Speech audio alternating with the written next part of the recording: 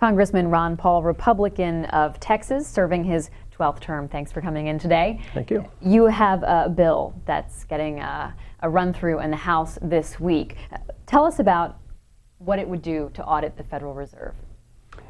Well, it'll do exactly that. We will be once again, or matter of fact, for the first time, be able to audit the Fed. The Fed's never been audited. It's been around for 100 years, and their budget is much, much bigger than the Congress. You know, during the crisis, they generated $15 trillion worth of credit that they loaned out in secret. And the Constitution is very clear. Monetary policy is responsibility of the Congress. Oversight is responsibility of the Congress. But when they tried to clarify what Congress could do in the 1970s, they wrote a law that said, sure, you can audit the Fed except for some very important things like monetary policy and agreements with foreign banks, agreements with foreign and governments and other central banks, and international organizations like the IMF. So my bill merely removes those prohibitions that allows Congress to perform its responsibility, and that is to audit the Fed and get transparency of the Fed. And under these conditions, it has become more important. Matter of fact, the American people are very, very strongly in support of this legislation. The details, as you mentioned, would require the GAO to audit the Fed's Board of Governors and 12 regional banks. It would require a follow-up report to Congress with recommendations for what to do, and it would have to happen within 1 year. Right. Well, the chairman of the Federal Reserve, Ben Bernanke, has some pushback on this. You got to talk with him last week as he testified before Congress. Let's hear what he had to say. There is, however, one important exception to what the GAO is allowed to audit under current law, and that specifically is monetary policy deliberations and decisions. So what the Audit the Fed bill would do would be to eliminate the exemption for monetary policy deliberations and decisions from the GAO audit. So in effect, what it would do is allow Congress, for example, to ask the GAO to audit a decision taken by the Fed about interest rates, for example. Now that is very concerning because there's a lot of evidence that an independent central bank that makes decisions based strictly on economic considerations and not based on political pressure will deliver lower inflation and better economic results in the longer term. So again, I want to agree with the basic premise that the Federal Reserve should be thoroughly transparent, thoroughly accountable. I will work with everyone here to make sure that that's the case, but I do feel it's a mistake to eliminate the exemption for monetary policy and deliberations, which would effectively, at least to some extent, create a political influence or political dampening effect on the Federal Reserve's policy decisions. Federal Reserve Chairman Ben Bernanke testifying last week. Here's the headline on Reuters. Bernanke slams Ron Paul's Fed audit bill. Well, I would expect him to, because he wants secrecy. When he talks about independent, he's talking about secrecy, and he talks about politics. I mean, it is a very political organization. What they can do is, he does not want the Congress to have oversight.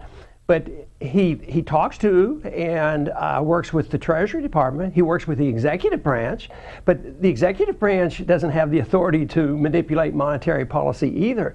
If he can give loans to private banks and private corporations in secret, how much more political can you get? And then be protected? He says the only thing that we want to have protection on is monetary policy. Well, that's what his business is monetary policy. He's the lender of last resort. He's the bailer out of last resort. He can spend $15 trillion off budget. And he said, well, we need to do this in secret. But the financial crisis has changed all this. I mean, that's ancient history. The Fed has been able to do that from 1913 up until 2008. But now the people want to know. They know how important it is. They're understanding how the Fed creates bubbles and how they claim they can come to the rescue and bail everybody out. And they need total secrecy so that they allow one company to go bankrupt and bail out the other company, bail out some banks, and then have no exposure and keep the information secret. I think that is ancient history. No, we don't have our way. We don't have a total audit. We don't have monetary reform yet, but the handwriting's on the wall. This system can't work. We've had an experiment, especially since 1971, when we went on a worldwide fiat dollar standard. It's never been done in the history of the world to have one single paper standard running the whole financial institutions. And that's coming to an end. I think when they look at the LIBOR scandal, our Fed was colluding with the European central banks in setting interest rates. And our central bank is always setting interest rates. That's their business. That's how they create money. But I think because of the failure of the policy, the transparency of the Fed is going to come, because it's going to become more obvious to everyone that the system cannot be maintained. We have a tweet that's come in. DFW librarian writes in and says, everyone realizes Congressman Paul bill won't pass out of the Senate and reach the president's desk, right?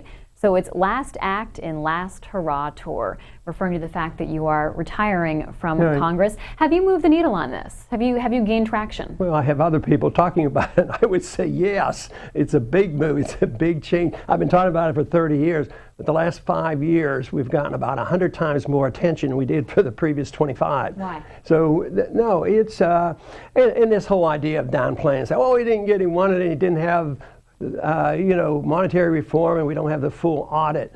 But no, the knowledge is there. So why has it changed in the last 5 years? Because of the crisis and the realization that the Fed was responsible, because of education, because of the study of Austrian free market economics. Before, this was not well understood, but it's better understood now than ever before. And I think the other thing that's helped is the younger generation, for some reason, they're fascinated with this idea, and information is so much more available on the internet. And I have young people, I talk to a lot of them, and they're studying this, and it will change. Whether it's going to be changed before I leave Congress or not, most people realize, and I think she's correct, the Senate's going to give us trouble. But the attention keeps growing and growing, the understanding keeps growing. I work as much outside of the Congress, within the Congress, to change people's attitudes and understanding and help educate, because that's what you need first, and then the Congress will respond. And I think that's what's happening right now. The Congress is responding to the people waking up and realizing how important this issue is. Up until now, they always just said whatever the Fed chairman says, we'll go along with it because they always solve our problems. It's not going to happen for any longer. We'll go to the phones and hear from Sarah, who's a Republican in Edgewater, Maryland. Good morning. Good morning. It's such a pleasure having an opportunity to talk to you, Mr. Paul. I'm a very big critic of the Fed, and because of the crisis, I did a lot of reading about it. But what troubles me is that it still seems that a lot of members in Congress don't truly understand the controversy about the Fed, how it was created, what it truly does to undermine the system. What I was wondering is, would you agree with the statement that that America is bankrupt? That would be my first question. And the second one is, it seems that the United States, as well as Europe, basically there's no more money to finance anything. And would a new financial system need to be implemented that also would include some form of debt forgiveness on a massive scale? That would be my question. Thank you so much, and it was a pleasure having an opportunity to talk to you. Thank you. You're right. The country is bankrupt. It has not been declared yet because the world still trusts our dollars. But we keep printing them, and the foreigners take it, and we buy goods. Yes, there's going to be monetary reform, and yes, there will be liquidation of debt. The only question is how does a country liquidate its debt? States and cities can liquidate debt sometimes by writing it off the books. Small countries can write their debt off, but they don't even like to do it. Spain and Greece should just wipe their debt off the books, but instead they're going to keep bailing out and pretending that they can salvage the system. But the ultimate goal of the Federal Reserve and all the monetary authorities is to get rid of the debt by reducing the debt in real terms, and that is just printing money. So if you have a national debt of $15 trillion and you devalue your currency by 50% and prices go up, you've just liquidated $7.5 trillion of real money. But that debt will be liquidated, but eventually the trust will be lost and there will be monetary reform. There has to be reform because countries have done this for centuries where they had to finally restore confidence. But there's no way you can keep confidence going into a system where all you have to do is print more money. This is why Congress is irresponsible, because they always know the Fed is there. If they had to borrow that money in the marketplace, interest rates would go up, and this would all come to an end. So the Federal Reserve provides the incentive for Congress to spend money. Some like to spend money on runaway spending overseas and militarism. The others like to spend it on welfare, and they sort of get along, and then the Fed prints the money. But it's coming to an end, but exactly when that's going to occur, we don't know. But we are truly an insolvent nation, because if we had to pay all our bills today, it'd be impossible. A tweet from Wild and Wonderful: if the Fed did not control our monetary policy, it would be in the hands of Congress. Yeah, that's so much more comforting. That's the tweet. But that's an incorrect statement, because when we were under gold standard, the Congress had a responsibility of guaranteeing that the dollar was as good as gold and that the dollar was a stable currency. So no, you don't have to have Congress. You don't want Congress to do it. I wouldn't think Congress might print even more than the Federal Reserve, but they'd bail out different people. They might bail out the mortgage holder and the farmers, where the Fed bails out the big banks and the big corporations and foreign banks and foreign corporations. So it's whose special benefits. So I don't want the Fed to bail out the very super wealthy, and I don't want Congress, to say that we can just print out money and bail out, every mortgage holder. What you want is the market to operate where the interest rates go up by the market, supply money comes into the marketplace, and if people go bankrupt, nobody bails them out. And they just have to write those debt off, and you wouldn't get these huge financial bubbles like the housing bubble and the NASDAQ bubble. That's all a creature of the Federal Reserve's monetary policy. Gary in Butler, Pennsylvania, independent line, welcome. Yeah, Mr. Paul, it's just it's a shame that you get your rightful media coverage. I just wanted to ask you about the UN Rio Plus 20. It was in Rio in June, I think, and it talked about an inclusive green economy, and it affects every aspect of our lives as a big country, our lifestyles, behaviors, education, health, consumption, production, agriculture, and it wants to create a international monetary fund. Might be according to a document, efforts need to be made to explore the potential for innovative size of an IMF potential world currency known as special drawing rights, SDR. Let's get a response, Gary.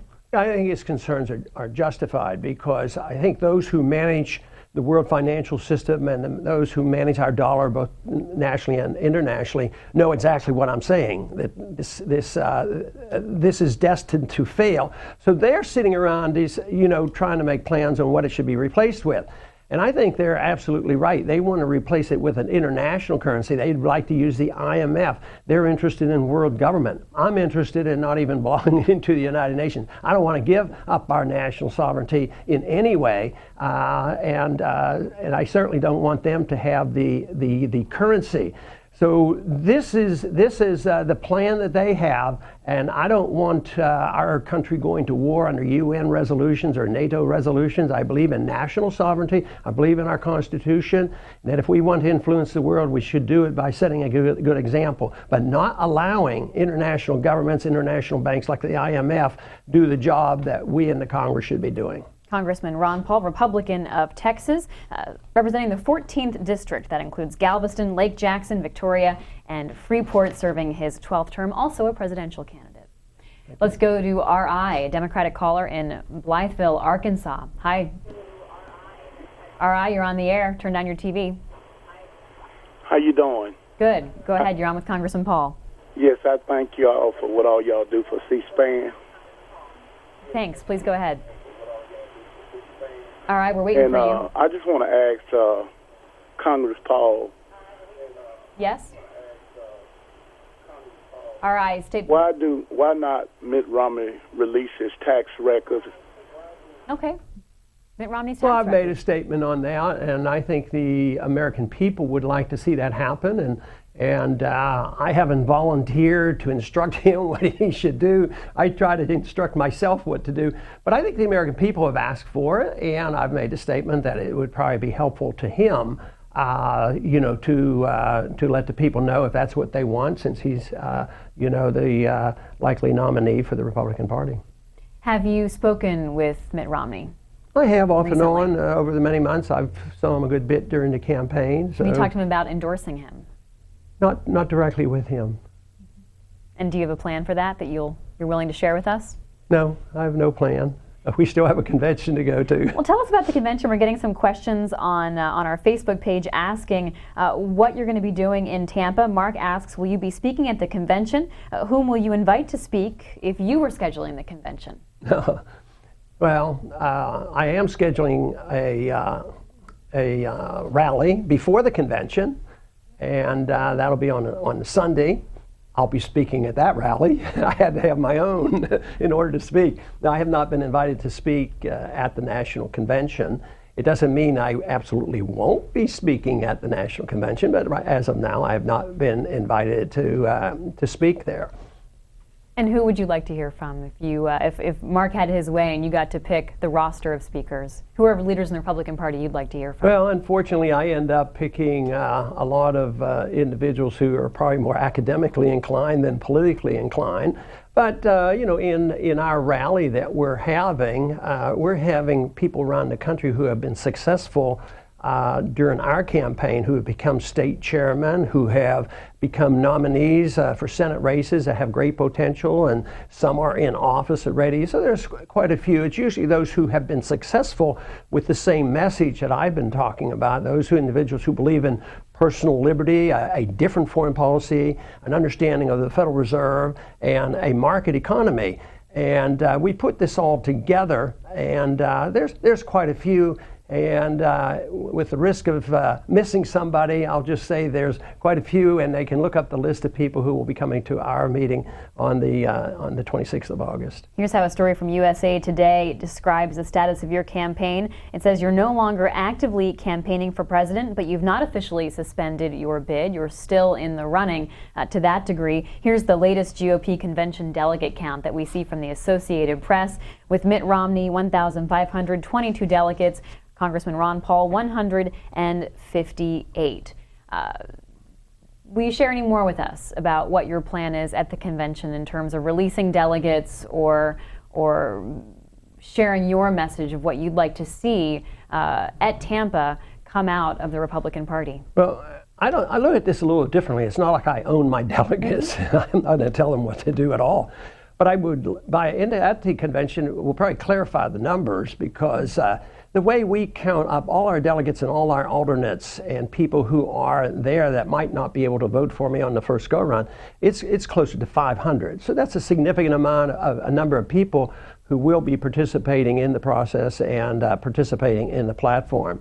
So we'll just do what we can to promote what we believe in and what we think Republicans have said they believed in, because for years and years they've argued they believe in limited government.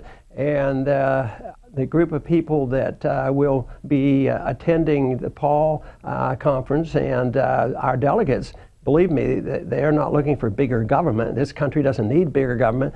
And Republicans profess that they want less government, but we actually believe in it. We don't want to just cut on the proposed increases, and that's all that's happened for the last 30 or 40 years. Nobody who's in office, it's always tinkering around the edges. We want to change the philosophy of this government. It's the philosophy of liberty. It's the philosophy of the Constitution and defending everybody's individual rights. Congressman Ron Paul. Let's hear from Richard, who's a Republican in Corryton, Indiana. Good morning, Richard. Yes, good morning. Two questions. First, this was all intended for the previous speaker, and I got put on hold till now. First is campaign finance, and the other is morality in campaigning. I want to ask, why isn't the cost, the huge cost of the media, the press, put into this equation on campaign financing. I'm not talking about news. I'm talking about political analysis of the news. The amount of money contributed by Fox News and the liberal media to this whole campaign business is millions of dollars. That isn't figured into this equation, and it ought to be. Okay, let's get a response from Congressman Paul, who's nodding his head. I think he has a great point, because some people look at this very superficially and they say, why is there so much money, all these donations and all this lobbying effort, millions and millions of dollars? Well, that's because government is too big and the politicians are yielding to the temptation of being influenced by money. But then they come along and they say, well, there's too much money and too many special interests, so therefore we have to write another law and say people can't do that. But his point is, okay, let's say corporations and individuals can't spend a penny. Well, it would go underground. They would spend it one way or the other. But the whole thing is, let's say you take all the corporations out of the money and all the private money out, then you still have the media. Then you have the left wing and the right wing on their news and their corporations. Why should they have a free ride on this? And so I would say that you don't solve the problem by more regulations telling people how to spend their money. You do it by shrinking the size of government. So there's no incentive to go to the auction. That's what government is a big auction, auctioning off all the benefits and all the privileges. And unless you have purity of thought of everybody in Washington, believe me, that problem is going to exist. The answer is going to be the shrinking of government, but just to regulate private financing and then allowing the corporations who run all the TV companies, then they would have free reign. Preston joins us from New York, on our Independence line. Good morning, Preston. Good morning, Libby. How are you doing? Good. Go on it right ahead with Congressman Paul.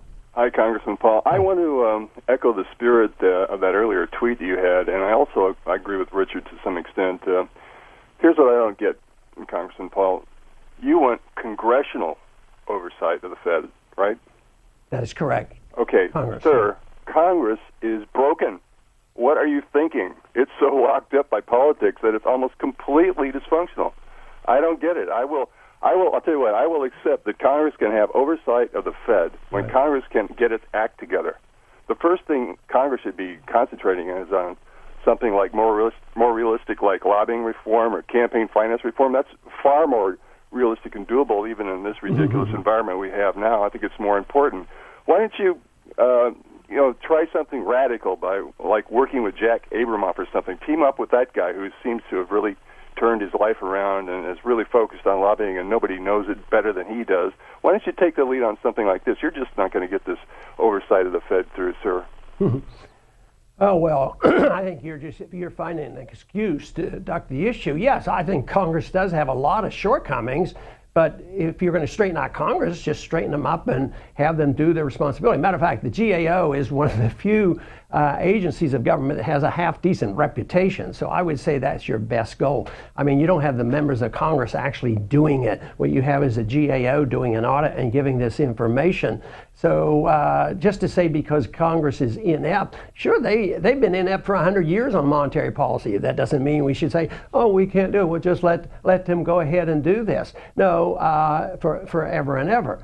So yes, they do have shortcomings, but I believe that you don't just renege on your responsibility because you can't get good results.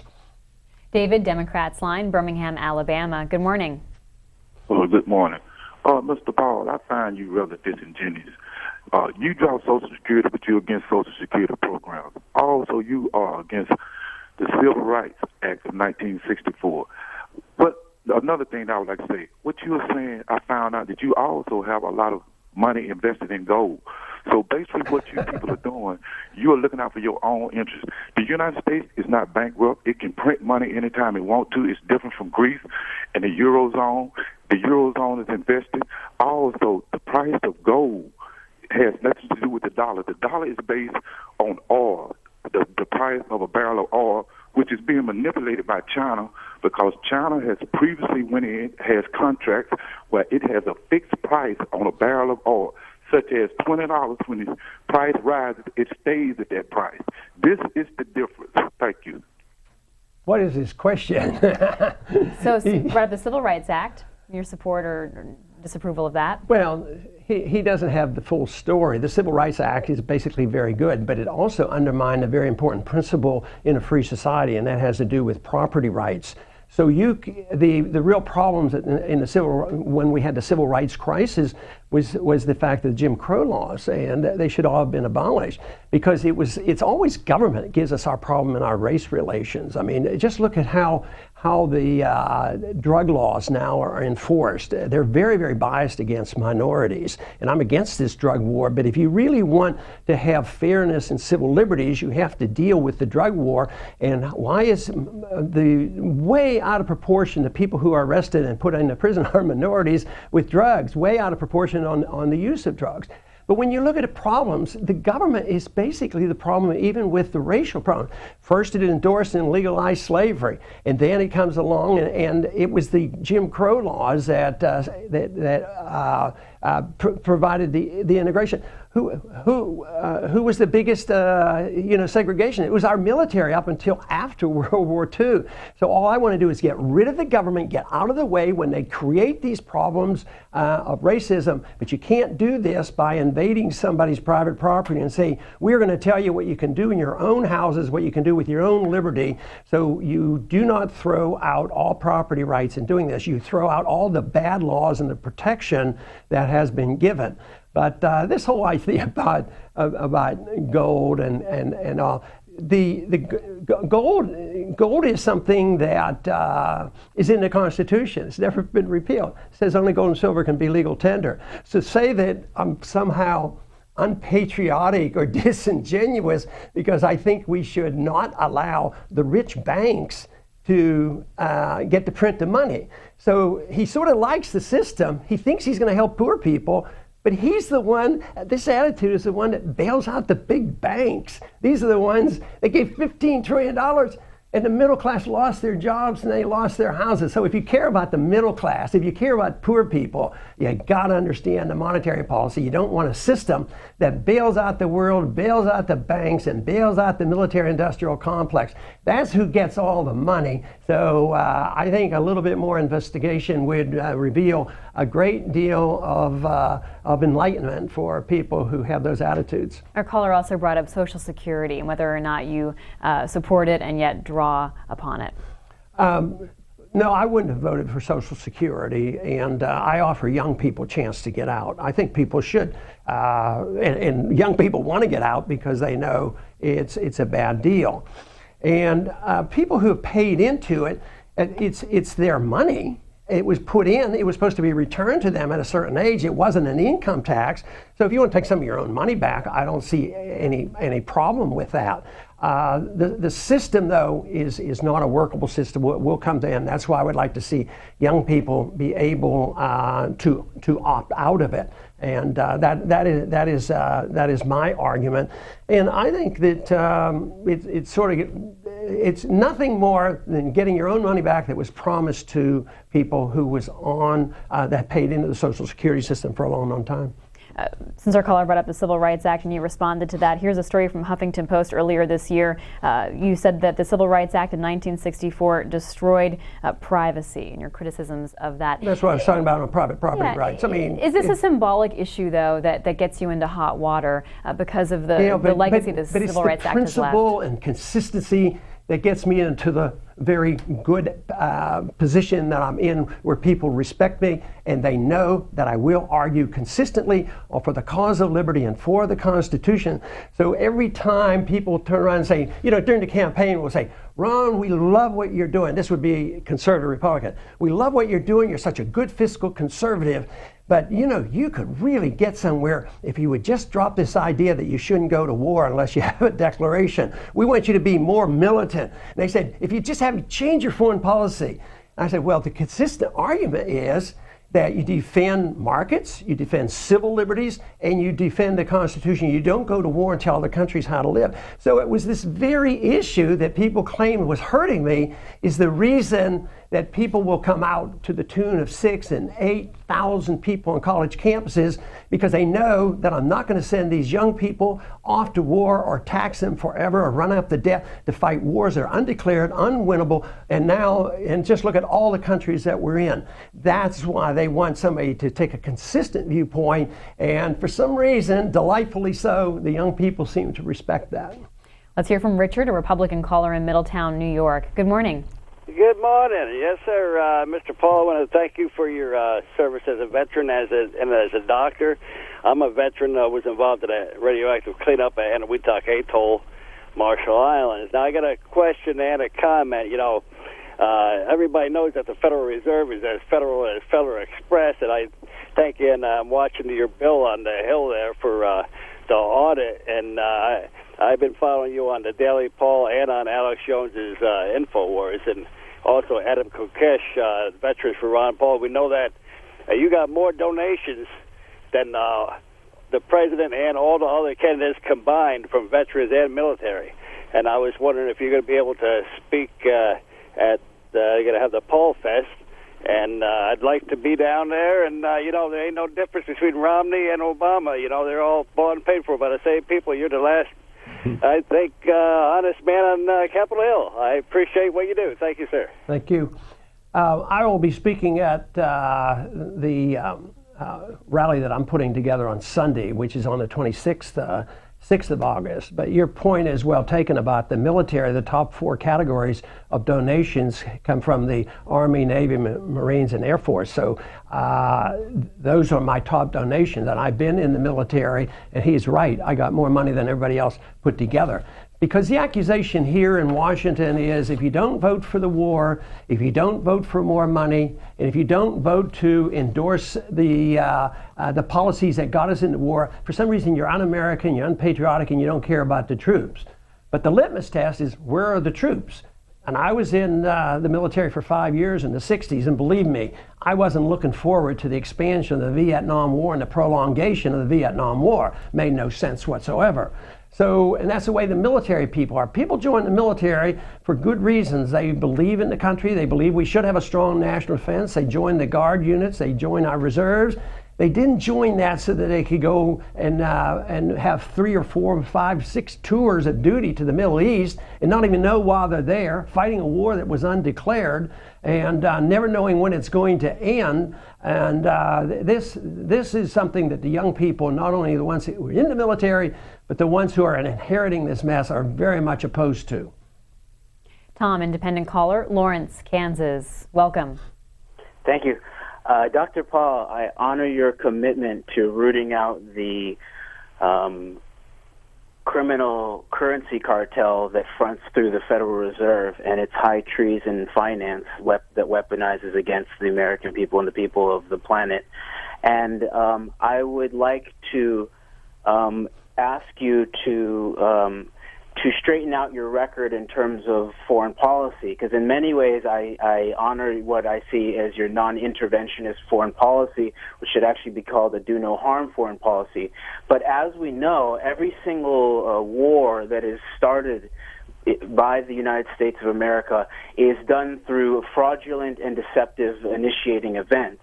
And so this era, it was September 11th, and you took an oath to honor the Constitution. That includes against domestic enemies. And under Article 3, Section 3 of the Constitution, it's clear that the fraudulent nature of the September 11th attacks are treason, and it goes to the bowels of our national security complex and to the Likud operatives who have infested many of the high positions in the Pentagon, and that would include people like Michael Chertoff. Let's get a response from Congressman Paul. Do you think that 9/11 was a domestic event, as our caller is claiming? No, I don't believe that, but I don't believe the commission helped us. I believe the commissions, whether they're assassination commissions, the Kennedy Assassination Commission, or whether it's the commission, 9/11 Commission, I don't think they're set up to get information and really settle this. I mean, he has strong beliefs, and I am morally, I don't have the information to get to the point where he is. But I am at a point where I don't trust commissions, because who was punished? What about the individual, say the FBI agent that reported numerous times, if not dozens of times, that why are these people learning to fly airplanes but not land airplanes? And he kept saying there's something suspicious of this. It was totally ignored. But nobody goes through with this and finds out, well, why was nobody punished? Sometimes individuals, when this is pointed out, they get promotions. So our big problem is depending on some of these commissions to sort it all out. But I think his point about going to war under false pretense is a pretty good one, whether it was the Spanish-American War and even the misinformation on what happened prior to the Pearl Harbor attack, the Gulf of Tonkin resolution, this whole idea and all the gross distortions about why Saddam Hussein was about ready to launch a nuclear weapon at us and justified us going in there. And I think one of his points was, 9/11 occurred. I voted for the authority to go after those responsible, but Iraq had nothing to do with it. And that's where we concentrated for 10 years. Loss of life, loss of, it's probably a million citizens in Iraq over the last 20 years or so was a result of our intervention over there. And now, total chaos. Just listen to the news this morning. More killing going on in weeks in Iraq. Now Iraq is aligned with the Iranians. It's such a foolish foreign policy. And they go to war under false pretense, they tell stories, and my idea is follow the Constitution, don't go to war unless there's a declaration of war and it's up front and the Congress supports it and the people support it. Then we know why we're there, we know what we're fighting, we'll know when it's over, instead of these delayed 10 and 20 years of involvement around the world. Congressman Ron Paul, Republican of Texas, representing the 14th District. He's been running for president, although no longer actively campaigning, has not officially suspended his bid. His past includes a Libertarian Party nomination for president back in 1988. He also served as an Air Force flight surgeon. He served in the U.S. House. He's a doctor and served in the military, as he mentioned, in the Air Force and the Air National Guard. We have a Democratic caller, a Libertarian more specifically, on the line now from Gladstone, New Jersey. Chris joins us. Hi, Chris. Hi, good morning. Good morning. Just want to start off by saying how much we appreciate what you do, Dr. Paul. I was one of the few who was soaked standing in Philadelphia watching you right by the Liberty Bell. It was a magical day. Just wanted to ask you about the economics of the drug policy. I heard you touch on it earlier, but it seems as if it's a issue that is almost under talked about, and definitely want to hear that explained so more people can understand it from an economic point of view. Very good, because there's not enough attention paid to it. I do talk about it at times, but maybe not enough. But it is a big economic issue. Since the 1970s, this modern day war on drugs, we've spent literally trillions of dollars, $3 to $4 trillion, which adds up to the debt. Has accomplished nothing. Prohibition doesn't work. It's actually, the war on drugs is a lot worse than the prohibition of alcohol. The people who endorse the drug war are the drug dealers and some people who are misled into believing that it's a moral issue and that you can make people moral and be better behaved by having these laws. But there are other economic issues other than the debt involved, because there are other special interests. If you take the drug marijuana, the one group of people who really don't want it legalized are the people who sell alcohol, because actually alcohol is a much more dangerous drug than marijuana. And what if people were able to use that and not buy as much alcohol? So they have a special interest. Also, the drug companies, they're selling these pain medications and all kinds of medications for all kinds of things. If marijuana were legalized, maybe you would have a lot less. Think of the people who might be helped that are dying with cancer and can't take anything else and can't eat. So my issue is not so much to defend the drugs and defend the marijuana, but Government messes things up. It costs a lot of money, and besides, it's your body, it's your life. You can drink alcohol if you want, except if you're 18 and you have to go over and get killed fighting overseas, you're not allowed to drink alcohol. That's how bizarre it is. But it is a big economic issue. It's a personal liberty issue as well. Walnut Creek, California. Jenny, Republican caller. Good morning. Good morning. Please go ahead. You're on with Congressman Paul. Yes, Dr. Paul, good morning. I appreciate that, Dr. Paul. You have an outstanding mission for the country, and I have a very simple question.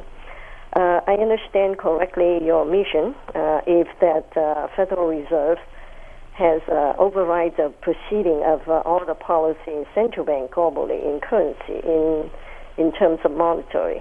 But why could not bail out the United States as a way of the wholly domestic policy, entitlement programs, as well as no strategy foundation that will get us out of the debt?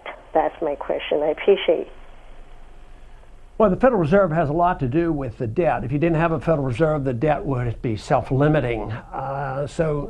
Federal Reserve I call an enabler. It enables Congress to spend and not be responsible. So if they want to fight wars, it's fought through inflating the currency and printing the money. If you love welfare benefits for everybody and there's no limits, then you'll like the Fed, because the debts can be run up, and look at where we are today. But there's still, interest rates are low because the Fed is printing money like crazy. The only problem with this is that that debt is unsustainable. And that's why the markets are rocky right now. And worldwide, it's a phenomenon. We're doing a little bit better than the rest because other countries are doing so badly. You know, compared to Greece and Spain, we look pretty good. But the debt is run up because there's a strong appetite for the American people, to keep fighting and putting these troops overseas, and a strong appetite. You can't allow anybody not to have a check come from the government. So more than about half the people in the country now live off the other half, and they get checks from the government. So that inevitably will run up the debt, inevitably will cause the big crash that will be very, very devastating to all of us. We'll go to Harbor Springs, Georgia, where Al is an independent caller. Good morning. Hello. Hi, Al. Hi. I just wanted to let Dr. Paul know that I really appreciate him. I've watched him over the years, listened to him over the years, and he's real consistent. And he was the best candidate that we had, and people just don't realize that. I'd also like to point out to Dr. Paul that maybe a lot of African Americans and a lot of the Hispanics would probably vote for him if he would have been an independent. I think just because he's a Republican, I think that holds him back as far as those two camps are concerned. And I'd also like to say that the issue with the currency that people don't really seem to get is that the Federal Reserve really seems to own the currency. From what I can tell, the United States doesn't even own the currency anymore. The Fed is a private corporation, and when they print that money, they loan it to the government at interest, which we pay through our income tax. And I think that's something that people just miss. They don't really understand that. And if Dr. Paul might be able to, shed some light on that for people, I think they'd start scratching their heads and trying to understand exactly what's going on here. Because if we own the currency, why are we paying the Federal Reserve at interest? I think it's a pretty good point, and it is a payment has to be done, and it is paid for mostly by middle class and the poor, because they print the money. And you suggested, where does it go? It goes to the government, and it goes for government programs. It goes to big corporations and big banks. People who get the counterfeit money. This is literally morally a counterfeit money. So if you get to spend it into the economy, you get a better deal than if you end up holding the money 1, 2, 3, 4 years later when the money loses its value. So this is why people on fixed incomes, people who get Social Security and they live on this, their standard of living is going down. So it's very, very unfair. The monetary system we have today inevitably destroys the middle class and enhances the rich.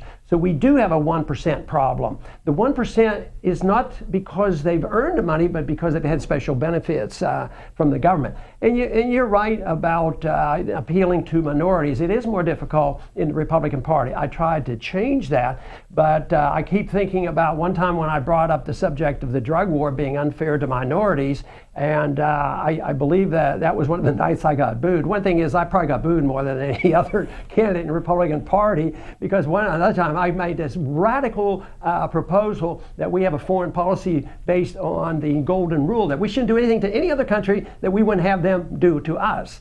But it turns out that I do know that I get a lot stronger support from minorities, black and Hispanics and others, on the foreign policy issue. And I think it's because the draft has been unfair to minorities in the past, and even today, minorities sometimes are forced into the military because of economic reasons, and they end up carrying an unfair burden as well. So they like the idea of foreign policy and also on the drug policy. Congressman Paul, 2 questions on Twitter. Anna asks, if you are not nominated to be the president, what are your plans for the future? And then another question, would you consider any cabinet positions if not elected president? Which ones? I'm not considering it because I'm not expecting that I would be offered anything. That would be a pretty big surprise. Federal Reserve Chairman? No, I don't think they'll offer that to me. No, that's not going to happen.